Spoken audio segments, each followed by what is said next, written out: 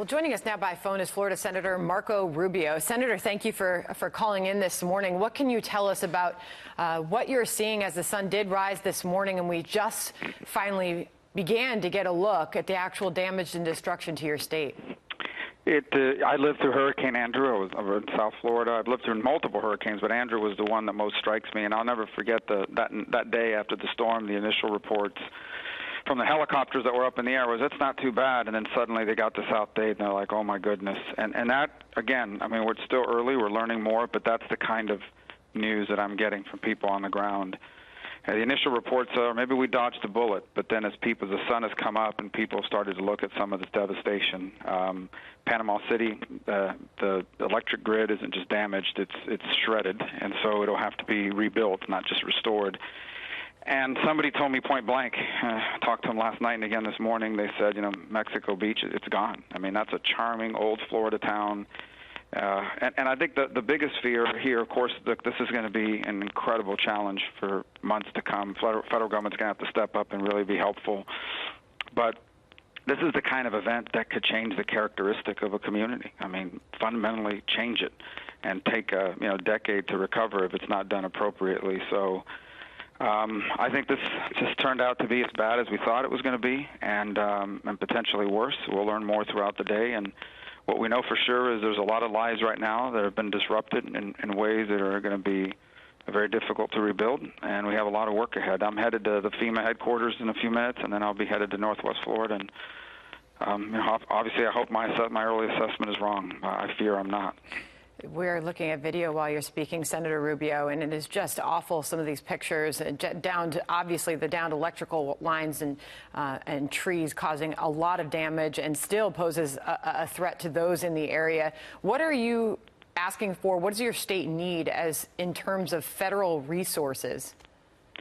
Well, I think it's going to need a little bit of everything. I know, and I've been updating people on Twitter about sort of the federal resources that are on standby, what the Department of Defense is prepared to offer, and so forth. But right now, I think we're still in the search and rescue operation mission, and I think you're going to see more federal assets deployed in that effort to sort of identify, are there people trapped under some of this, are there lives that have been lost? And then the hard work begins. People talk about restoring power. Without power, you have no cell phone towers. You have no ability to sustain life over periods of time. You can't restore power into lines that are on the ground and feeding into water or other places. The minute you turn that power on, you could kill someone, you could start a fire, all kinds of things happen. This is a very complicated thing that lies ahead, because it's not just a hurricane, it's the water damage left behind.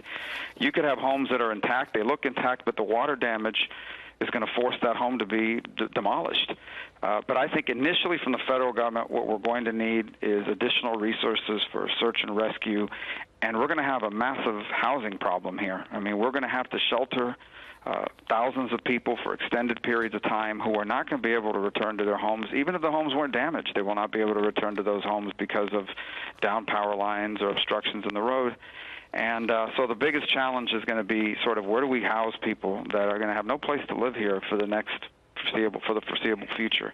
And it's one of the things I'm going to press on when I go to FEMA here in a few minutes after they're done with their briefing. And obviously, the immediate economic toll will be the headline, in addition to the loss of life that's already been experienced. But then looking out, considering the tourist destination that so many of these cities and towns in Florida are, the long-term effects, I'm sure, will be a big discussion for you this morning. I have to ask you, Senator Rubio, while we have you, about this still missing Saudi journalist. Obviously was a big critic of the Saudi government. This is a big headline that your committee now, Congress, is stepping in. Congress is starting to take the lead on this, and you are a member of the Foreign Relations Committee who wants to know more. What are you asking for, and what does your committee want to know? Well, we have triggered under Global Magnitsky an investigation, and so that there'll be sanctions as a result of it. But this is going to go beyond sanctions. Look, I think it's important, to know what happened. We've read the same clues everybody else has. Obviously, I'm privy to some additional information which I cannot share. We need to know what happened. But ultimately, let me just say this, and I'm not saying this is what happened, but we're going to learn it soon enough. If the Saudi government ordered a guy to be abducted, they killed him, they chopped him up, they sent a bunch of people in to kill him and chop him up, and then they left, if that's what happened, I'm telling you, what's going to happen here on Capitol Hill is a complete revolt against our policies with Saudi Arabia. And it's unfortunate because they are an important partner in our Middle Eastern strategy to contain sort of Iran's nefarious influence in the region. But if they have gone as far as to lure this guy into this consulate, kill him, cut his body up, and sent a crew here to do that, and then they left, if they're responsible for that, and I'm not saying they are, we're going to find out when the evidence is presented. But if that's what happened, then I'm telling you what's going to happen here on Capitol Hill is an effort to completely, fundamentally alter the relationship between the United States and Saudi Arabia. And I think the administration's aware of that, too. And I hope that didn't happen. I hope this gentleman is alive. But I fear that this thing is going to take a negative turn here pretty quickly, especially if any of the stuff that's out there in the press now turns out to be true. Jamal Khashoggi is the name of that journalist, and obviously you're going to be opening an investigation looking into this further. Any idea what would have inspired an act like you're suggesting?